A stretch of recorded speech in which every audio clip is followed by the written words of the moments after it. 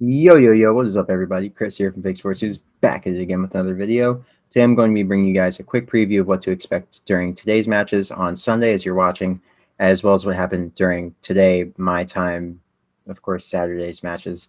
Yeah, timelines are weird. So I'm recording this Saturday night, obviously, and you guys are seeing it on Sunday morning. So, of course, kicking it off, we saw the Mutineers taking on the Paris Legion, and the Legion, they won 3-1. So my prediction was right, but in the wrong direction. I said 3-1 for the Mutineers, excuse me, but it ended up being 3-1 for the Legion. Legion looked really good in this series, but I don't know. Florida, they kind of sold a little bit. I'm not gonna lie. Hardpoint looked not great. Search and destroy, not great. Uh, I don't really know what to take away from that series. If you're the Mutineers, you had a really good chance to go in the winners bracket in this group. They just really choked some very advantageous situations for themselves. I don't really know what to say. So going into the major, they have a lot to fix, if you will, and they really got to go back to the drawing board. Of course, on the side of Paris, this is a great showing for them. They really got some momentum on their side going into the major. This is their last matchup before the major, so this is important for momentum for them going into the major. For both teams, there were some good and some bad takeaways, right? Paris looked really good, so they had a lot of good takeaways, and the Mutineers, of course, had more negative takeaways as they lost, and they lost two straight. So there's something to be said for that. Of course, one was against Dallas, but you should have won against Paris, right? If you're really trying to get to the winners bracket and do something at this major. So they'll have to do some rehauling of their strategies to really get into shape for the major, which starts next week. Now, looking at our next matchup, we have the Minnesota Rocker taking on the Seattle Surge. And yes, ladies and gentlemen, I finally got a prediction spot on. 3-2 for the Rocker. Sorry, y'all. I know I made some of your hearts stop right there. I said 3-2 for the Rocker and it ended up panning out that way. I was really happy. Rocker got the reverse sweep. So on the live calls, I missed the first two maps, but all the way through, I did, of course, control Rocker, and then I did hardpoint Rocker, and then, of course, search and destroy for Rocker. So that was nice. Had a little regain there, and that was enjoyable. Great showing from the Rocker. They showed they do have great composure now as a team. Of course, we remember the last few times they've gone down 0-2. They haven't made the comeback, and they've just gotten swept. So this is important for them. This is their first real stress test, and they passed it with flying colors.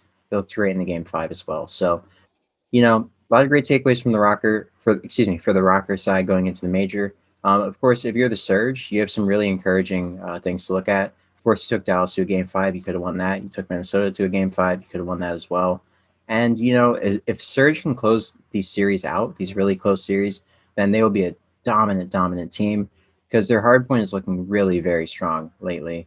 And if they can really start to build on those search and destroy victories they've been getting here and there, maybe get a game 5 victory, they could really start winning some matches and turn some heads. Of course, looking at our last matchup of the day, we had the New York Subliners taking on the Toronto Ultra.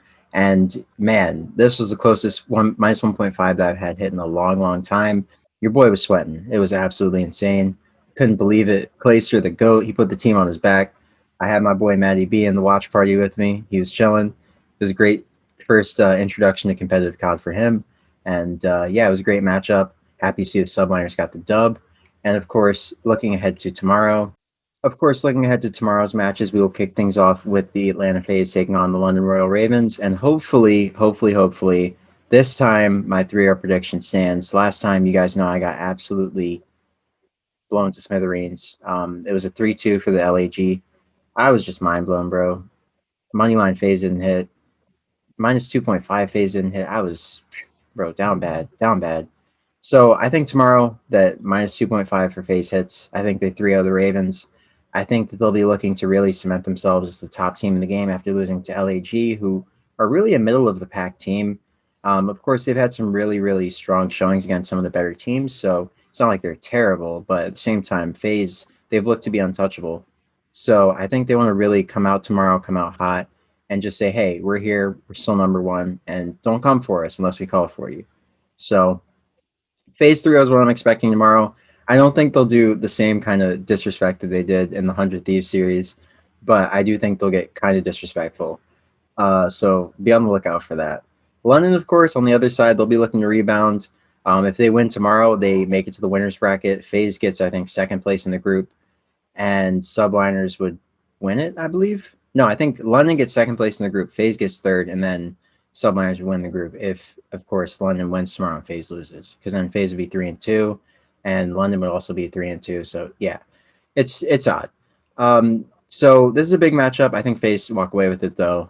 London's going to be playing, to the best of their abilities, so anything can happen there. But I just see Faze walking away with it. So take Faze money line, be on the safe side. If you want to get a little bit froggy, take Faze minus 1.5 or minus 2.5, depending on how confident you feel in the boys. I'm going to be taking minus 2.5 as well as money line. So if you want to fade that, fade it. If you don't. It's all good. Looking ahead to our next matchup, we have the Los Angeles Thieves taking on the LA Gorillas. And the Battle of LA goes down once again, ladies and gentlemen. I think this is the third or fourth time that we've seen these two teams square off. They always seem to be in the same group. It's bizarre.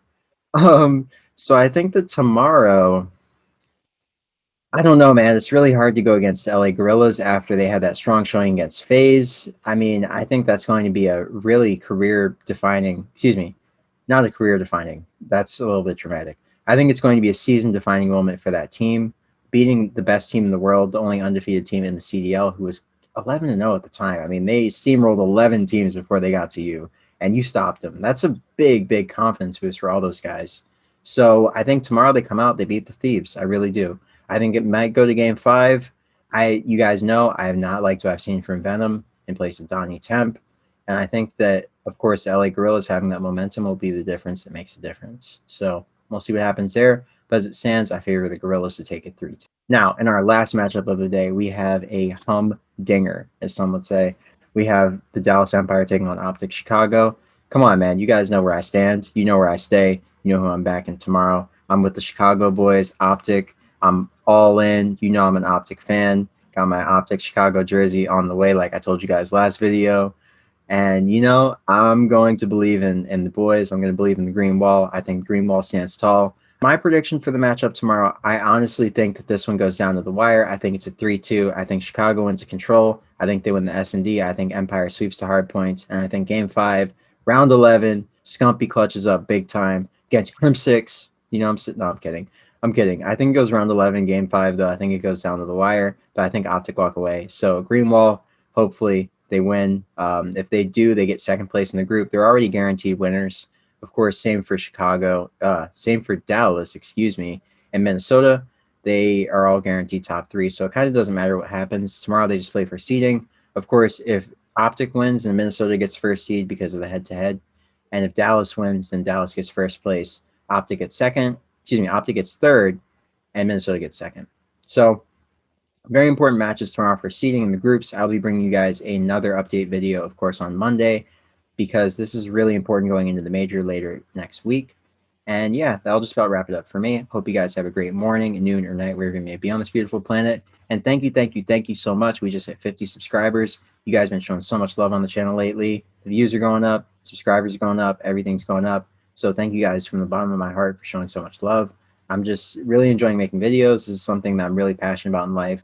I'm happy that the passion is coming across and you guys are really enjoying the videos. So yeah, thank you for all the support, the comments, the likes, subscriptions, everything. See it all, appreciate it all. And yeah, shout out to you guys for being loyal to the channel and helping the growth process. Yeah, but that'll just about wrap it up for me. I've said yeah about 1,000 times, but I'm just really grateful and excited. So thank you once again, and that'll just about do it for me. Finally, I'll catch you guys on the next video. Once again, this is Chris from Fake Sports News, and I'm signing off. Peace.